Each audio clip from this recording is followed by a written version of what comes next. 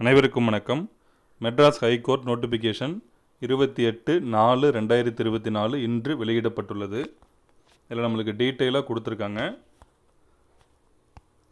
தமிழகத்தில் உள்ள அனைத்து மாவட்ட நீதிமன்றங்களில் உள்ள கீழ்க்கண்ட பணிகளுக்கு நேரடி தேர்விற்கு இணையதளம் வாயிலாக மட்டுமே தகுதி வாய்ந்த விண்ணப்பதாரர்களிடமிருந்து விண்ணப்பங்கள் வரவேற்கப்படுகின்றன. அதில் பார்த்தீங்கன்னா, முதலாவது நகல் பரிசோதகர் எக்ஸாமினர் 60 வேக்கண்டு.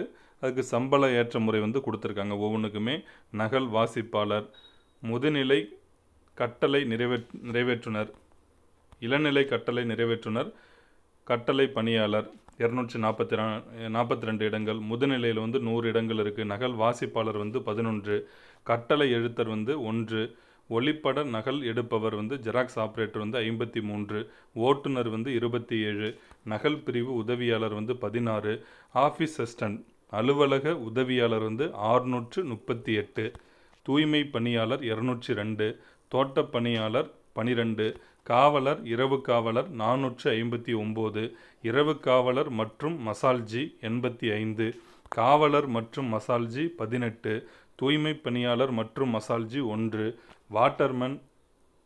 வாட்டர்வுமன் 2, மசால்ஜி 402. மேற்கண்ட பணியிடங்களுக்கான விரிவான அறிவிக்கை, விண்ணப்பதாரர்களுக்கான பொதுவான அறிவுரைகள், இணையதளத்தில் பதிவு செய்யும் மற்றும் விண்ணப்பிக்கும் முறை பற்றிய விவரங்களுக்கு சென்னை உயர்நீதிமன்ற ஆட்சேர்ப்பு இணையதள பார்க்கவும். இந்த mhc.tn.gov.in இணையதளம் வாயிலாக பதிவு செய்ய மற்றும் விண்ணப்பங்களை சமர்ப்பிப்பதற்கான கடைசி நாள் 27/5/2024 கொடுத்துருக்காங்க.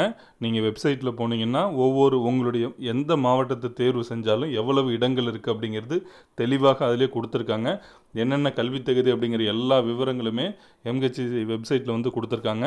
இதை உங்களுக்கு பயன்படுனாலும் உங்கள் ஃப்ரெண்ட்ஸுக்கு ஷேர் பண்ணுங்கள். கண்டிப்பாக அது நிறைய பேருக்கு உதவியாக இருக்கும்.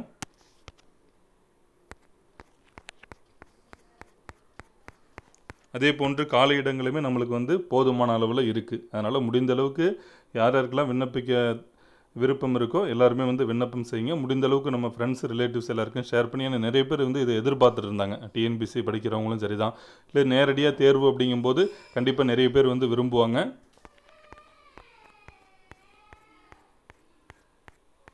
காலி இடங்களுமே நம்மளுக்கு எல்லா விரிவாக கொடுத்துருக்காங்க. நீங்கள் வெப்சைட்டில் போனால் நமக்கு மாவட்ட வாரியாக எவ்வளவு இடங்கள் இருக்குது அப்படிங்கிறத உங்கள் மாவட்டத்தை தேர்வு செஞ்சோன்னா காலி இடங்கள் எண்ணிக்கை காமிக்குது. அனைவருக்கும் நன்றி.